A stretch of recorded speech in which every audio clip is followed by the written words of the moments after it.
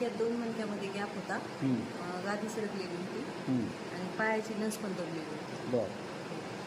आणि पाय सुकत होता, असा सुकल्यासारखा झाला होता. एक उजवा पाय वाळत होता. आयसीयू मध्ये ऍडमिट होते मी परभणीला 8 दिवस. मला आयसीयू मधून काढूनच इकडे आणलं होतं. डायरेक्ट इकडे चाललं. ऑपरेशनची तयारी होती पण नाही करून दिलं. आता ऑपरेशनची गरज वाटते का? नाही. आता किती फरक वाटतो? मला 95% फरक. माझा पाय पूर्णच वाळला होता आणि क्वाटवर वगैरे असं मोबाईल टाकला की चमक निघत होती, ठणक लागत होती. व्हायब्रेशन जरी झालं तरी पण चमक लागत होती. आणि जेवण वगैरे तर सगळं चमच्याने चालू होतं. म्हणजे झोपून उठून बसताच येत नव्हतं.